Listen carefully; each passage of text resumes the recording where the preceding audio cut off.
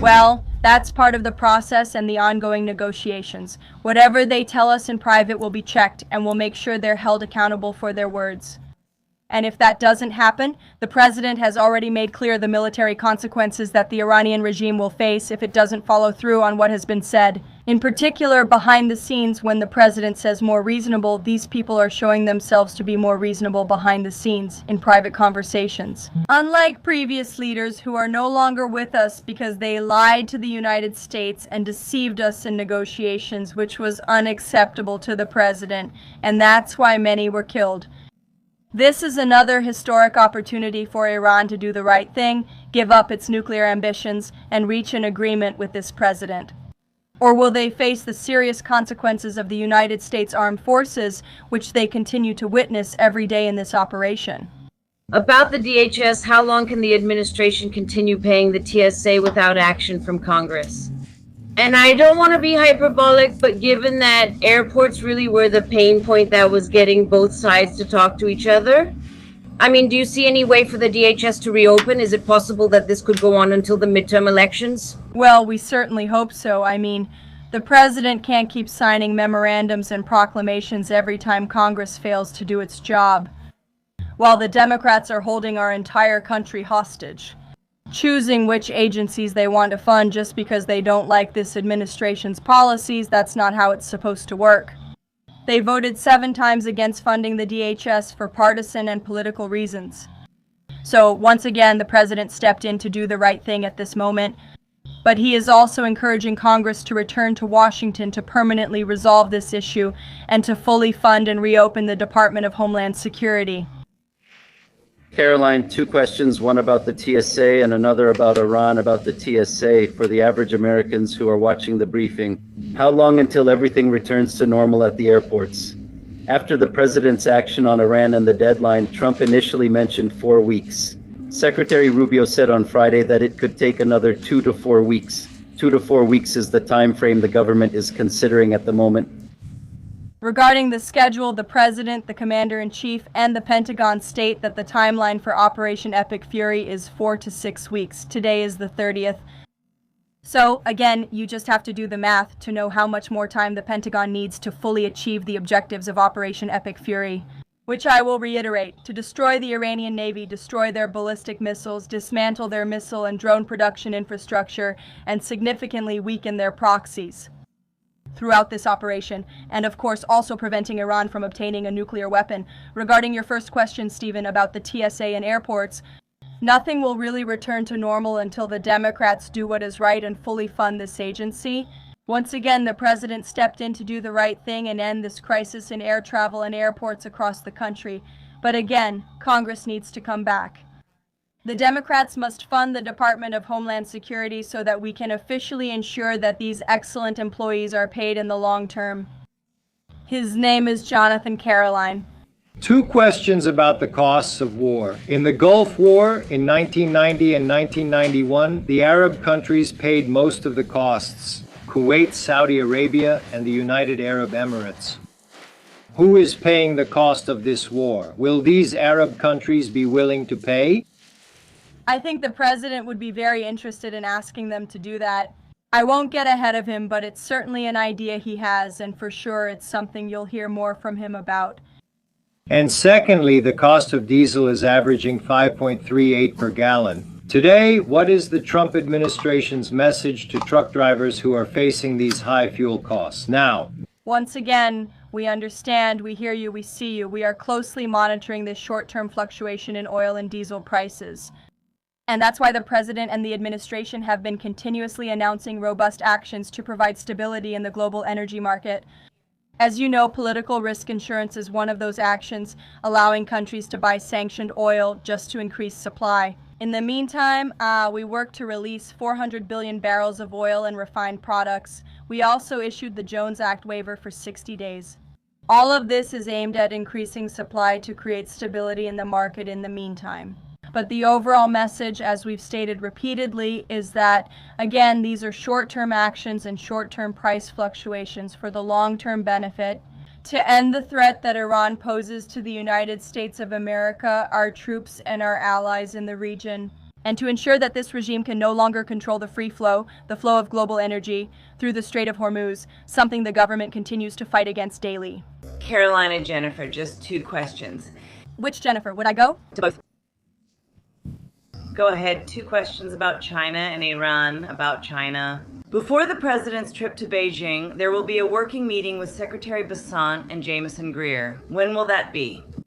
I don't know. I do expect, yes, that cabinet members will travel to China ahead of time. I don't have details of their schedule, but as you know, it's common in international trips. I'll talk to the Treasury and the cabinet to get that answer for you, but we do expect them to travel ahead of time. Okay, thank you very much. And about Iran, if Iran is selecting which oil tankers can pass through the Strait and considering imposing high fees on them? Yes. And how is that consistent with the president's message of wanting the Strait to remain open? Does the administration really support a system where Iran charges tolls for these ships to have access? We don't support that, and I would reject the idea that they are cherry-picking. These oil tankers, the 10 previously announced and the 20 new ones we expect in the coming days, are the result of direct and indirect talks between the United States and Iran. Therefore, they wouldn't be passing through without the president's diplomacy and his team's involvement. We expect full compliance from now on, and we continue to work very closely on this issue. Caroline. Thank you. In the back there, right there, you raised your hand enthusiastically. Go ahead, Hannah, News Nation. Thank you. I have 2 quick questions for you. There are reports that Republicans are considering cuts to healthcare to fund the $200 billion for the Pentagon and Operation Epic Fury. President Trump supports this kind of trade-off. I've seen those reports, but I haven't talked to the president about them or heard that the topic came up in high-level White House meetings. I'm not taking a definitive position since I haven't heard that discussed in the West Wing. Secondly, I know that Trump says we're ahead of schedule for his military objectives in Iran. He predicted 4 to 6 weeks for this conflict, and we're already in the 5th week. So how do we reconcile that? The schedule was 4 to 6 weeks. You said we're on day 30 of the operation. I provided updates from the Pentagon about the goals achieved, and the armed forces have been very effective. I think we should all be proud of the armed forces for what they've done in the last 30 days. The mission continues until the objectives are achieved, and the 4 to 6 week deadline remains. I don't have any updates on that. Caroline, Jake. Yes, just like others, one about the TCA, one about Iran. Well, about Iran. I know it's hard to get into hypotheticals, but I think this is one you could address. If the president actually pursues... We probably won't hear, so... If the president or Okwa decides to enter into a ground war, he will seek authorization from Congress for such action. Look, the president has already been asked several times about troops on the ground or supposed ground operations. He obviously refused to rule out that possibility. The Pentagon's role is to give the president as many options as possible. That doesn't mean he has made a decision, nor that he wouldn't notify the media about such a decision in order not to alert the enemy. As for complying with the determinations of Congress and the rule of law, the government will always do that. The president maintains a deep respect for the role of Congress in all military operations. In fact, before launching Operation Epic Fury, the government gave a courtesy notice to Congress and the Gang of Eight. In addition, senior officials, cabinet members, and secretaries have gone to Congress several times in the past 30 days to provide these important courtesy briefings, whenever it was requested. Moving on now to the TSA, several Trump supporters have come to ask me about the president's memo directing DHS to pay the employees. I know there are a lot of negotiations involved in a shutdown of this magnitude. Why didn't the president issue that payment to TSA employees earlier? Well, it was because of the Democrats voting 7 times against reopening the Department of Homeland Security that we reached an existential crisis. I mean, you saw the lines at several major airports across the country, American travelers really paying the price for the Democrats' partisan games. The president worked with his legal team and the budget office to resolve the emergency in air travel across the country. And it's because of the president that the TSA agents are, and the same is... But he appeals to Congress to return to Washington, fund, and fully reopen the Department of Homeland Security. Sarah, of course. I'm Lindsay Ellis with the Wall Street Journal, and I'm trying to reconcile the government's main goals. With the full reopening of the Strait of Hormuz, Trump would win and end the operations by achieving all 4 objectives, even if passage through the strait continued slowly. Look, as I've said repeatedly and as the president has made clear, the objectives of Operation Epic Fury are to destroy the Iranian Navy, its ballistic missiles, dismantle its defense industrial infrastructure that produces weapons threatening the United States and its allies, and prevent Iran from obtaining nuclear weapons. The reopening of the strait is something the government is working on, but the main objectives have been set for the American people by the commander. Derek, please listen. The president issued a threat this morning to destroy Iran's infrastructure, including power plants, oil wells, Harg Island, and desalination plants. Attacking civilian infrastructure like that is prohibited under international law. Why is the president threatening to commit what would be considered a war crime? And how do you reconcile that with the fact that the government repeatedly claims that its attacks do not target the civilian population? Look, the president has made it very clear to the Iranian regime at this point, as evidenced by the statement you just read, that their best option is to make a deal. Otherwise, the United States Armed Forces have capabilities beyond their imagination, and the president is not afraid to use them. That's not what I said, Garrett, and you're using the word potential for a reason, because I'm sure some experts are feeding you that in your ear to try to get you to ask me that question. Of course, this government and the American Armed Forces will always act within the law, but to achieve the objectives of Operation Epic Fury, President Trump will proceed without hindrance. And he expects the Iranian regime to make a deal with the government. Which of these objectives would benefit most from the destruction of a desalination plant? Thank you, Caroline. I want to follow up on Iran when you mentioned that the Iranians you are in contact with are being more reasonable. This time in the discussion, what exactly are you hearing that leads you to this conclusion? And how do you define what is reasonable versus unreasonable? I won't discuss the private and sensitive talks currently happening between the United States and Iran. But in general, the president has already given the answer. What they're saying is more reasonable. They agreed with some points from the United States, as the president said last night on Air Force One. As for the specific details, since the negotiations are ongoing, we won't disclose them to the world unless the president decides to do so, which is his right as the leader of the free world. Cuba, Mr. President, would break all of this. Would send oil to Cuba, but now it's allowing this Russian tanker to go to Cuba. Does this represent a policy change, or is he willing to allow more tankers into Cuba? This is not a policy change. There hasn't been a formal change in the sanctions policy. As the president said last night, we allowed this ship to reach Cuba to meet the humanitarian needs of the Cuban people.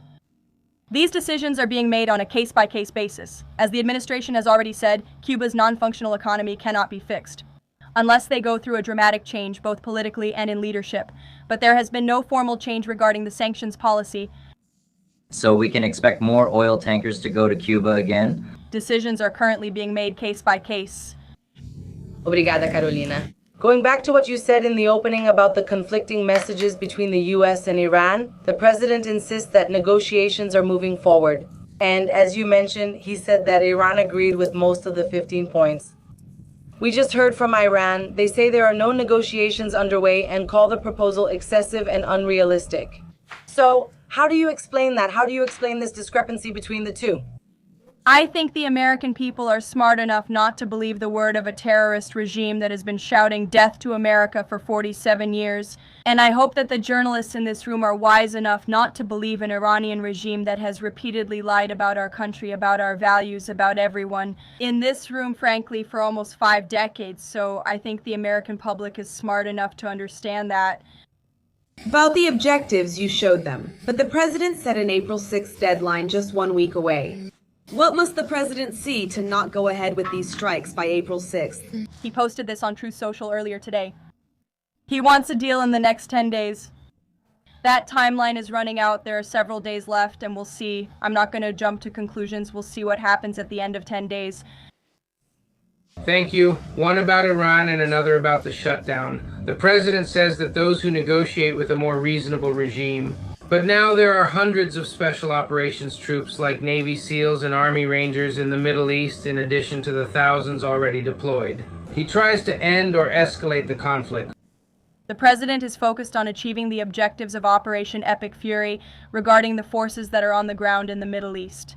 It's the Pentagon's job to create as many options as possible for the commander-in-chief. That doesn't mean the president has made any additional decisions.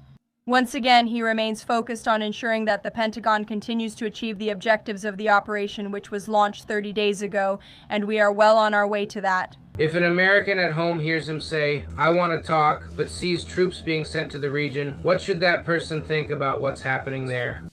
There are two paths here. The president has always said that diplomacy is his main option and priority. Once again, he sincerely tried in good faith to engage in diplomacy with the Iranian regime. Even before this operation was launched, he wanted to reach an agreement and sent his top negotiators. For that, they dedicated a lot of time and effort trying to reach an agreement, and unfortunately, the previous regime, many of those leaders are no longer with us as they face the consequences of it. As ações militares dos Estados Unidos. Assim, if there is a chance for an agreement, I repeat, the president remains open. But without losing focus on the military objectives established 30 days ago, which our forces continue to achieve day after day. Turning to the shutdown, he signed the National Emergency Order last Thursday, ensuring that TSA agents are paid. But other civilian DHS employees are still not getting paid. He will sign something to ensure their payment as well. Look, the president will always look for ways to ensure that the American people are taken care of and will do what is right for them. But it's ridiculous that he has to go so far as to work with the legal team and the Office of Management and Budget to identify these resources. It's Congress's job to fund these agencies, and the Democrats in Congress have already voted 7 times against funding the Department of Homeland Security. Congress should vote and resolve this. The president once again made the decision to prevent essa crise existencial que estava what we were seeing in airports across our country, which would only get worse. And that's why he wants Congress to do its job. Thanks, Caroline, since you mentioned it. I'll pick you up. Speaking of Easter and prayers, I'd like to know your opinion about the Pope's statement. Pope Pius said yesterday that God does not hear the prayers of those who wage war. Could you comment on that? I think our nation was founded almost 250 years ago based on Judeo-Christian values. And we've seen presidents, we've seen leaders from the Department of War, and we've seen our troops turn to prayer during the most turbulent times in our country's history. And I don't think there's anything wrong with our military leaders, or with the president calling on the American people to pray for our military and for those who are serving our country. In fact, I think it's a very noble thing to do. And if you talk to many service members, they will say they appreciate the prayers and the support from the Commander-in-Chief and his cabinet. Caroline, thank you. President Trump told the New York Post that a response will be given soon to Tehran's attack on Israel's largest oil refinery. Is there a timeline for that? Is this related to the success of the negotiations or not? No updates for you on the president's statements. The government thinks that the Revolutionary Guard controls Iran. Well, look, as Secretary Rubio said today, the leadership is very fragmented. Actually, we crippled their internal communication systems, and that's part of the diplomatic process. We need to find out exactly who's in charge. I know they've appointed a new Ayatollah. I haven't heard much about him. Well, that's part of the ongoing diplomatic process now. Caroline, I'll want a few more. Just one thank you. You presented the humanitarian reasons. Described to allow that oil tanker to reach Cuba. Just to clarify one point, why did the government agree for Russia to send oil specifically to Cuba and not to other destinations? Look, that decision will continue to be made on a case-by-case basis for humanitarian reasons or similar, but there has been no change in our sanctions policy. Mexican President Sheinbaum also said that Mexico is studying how to resume some of these shipments to Cuba. Does the government agree with this now? Again, there has been no change in our sanctions policy. We still reserve the right to seize vessels, if legally applicable, that are on their way to Cuba and violate the sanctions. The president and government can also waive these seizures on a case-by-case basis. Just to clarify, furthermore, Russian oil tankers will be allowed to arrive in Cuba. Now, each case is different, but for Russia, the green light is almost certain. Now... No, he said. That varies depending on the case. Caroline, of course, Jeff can explain it well. Changing the subject. The president has always attended CPAC. He didn't do it this year because he didn't attack, and he believes that CPAC is becoming less relevant. No, I don't think he believes that at all. In fact, he loves CPAC and has a very good relationship with the great people who organize it, Mercedes and Matt Schlapp. It was just because of the schedule this year, since the event was in Texas. For the president's schedule and his current commitments, it was better not to go to Carolina. Miguel. Thank you. If the agreement with Iran is finalized, like Zero and Causa, they will protect their negotiation partners to implement the president's peace plan. This is something our national security team is discussing. I have nothing to say today. East Carolina. The ballroom. Tell us more about this huge military complex under the new presidential hall. Actually, I can't tell you anything more about that. Well, however, the military is making some improvements to their facilities here at the White House. And I don't have enough information to provide more details about that at this time. Go ahead, Reagan. Thank you, Caroline. One about the Middle East and another about Antifa. Netanyahu stated on Sunday that Cardinal Putrara will be able to hold Palm Sunday celebrations at the Church of the Holy Sepulchre. After initially being prevented by the Israeli police, someone from the administration or the president contacted Israeli authorities to ask for help for the cardinal in this matter. Well, I spoke with Secretary Rubio this morning and we expressed our concerns to Israel. Regarding the closure of these holy sites, we want the faithful to be able to access these holy places. Of course, security is a top priority, and we understand that Israel is working on these security measures to reopen the sites during Holy Week, and that's something we appreciate. Caroline, of course, in Texas, 9 people were convicted by a federal jury on domestic terrorism charges related to Antifa. The White House has already indicated that it is investigating Antifa, who funds it, who leads it. Could you give us an update on the progress? How is the investigation going? And do you think we will see more charges against people in Antifa? Well, I know that a task force was created, an interagency one, to focus on the Antifa threat, which, as you know, the president has declared a domestic terrorist organization. Rightly so, and we will continue to investigate that. I don't have any updates on those specific investigations right now, but I'll be happy to ask my team to share them today, as this remains of the utmost importance to the president and his domestic policy agenda. Karine. JJ. A question about landmines. There are reports that American-made landmines have been detected on Iranian soil. President Trump authorized the use of American landmines in Iran. I have no comments on that report today. Karine. Comments to make. Karine, hey Karine, 2 on DHS. You said the president is encouraging Congress to return to Washington, D.C. You yourself said that I have comments to make. He repeated that several times. You should remember that he said he will host a big Easter dinner at the White House. If Congress confronts the Democrats on this issue, which is necessary because, again, the Democratic Party is wrong, they voted 7 times against funding the Department of Homeland Security, which is completely absurd with everything that's going on. The brave men and women who serve in the DHS deserve to get their paychecks. The president wants to see that happen and wants Congress to come back to resolve this. Thank you so much for everything, really. Thank you.